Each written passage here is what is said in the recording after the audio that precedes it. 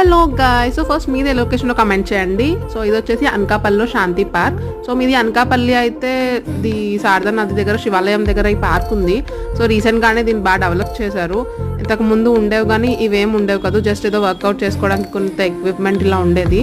So రీసెంట్గా పార్క్ని చాలా develop చేశారు, నాకైతే బాగా నచ్చింది. సో ఈ బ్లాగ్లో షేర్ చేసుకోవాలనిపించింది. సో మార్నింగ్ వ్యూ బాగుంది అండ్ నైట్ వ్యూ అయితే ఇంకా బాగుంది. సో నాకు తెలిసినంత వరకు దగ్గరలో అనకాపల్లిలో మంచిగా పార్క్ ఉందంటే ఇదే.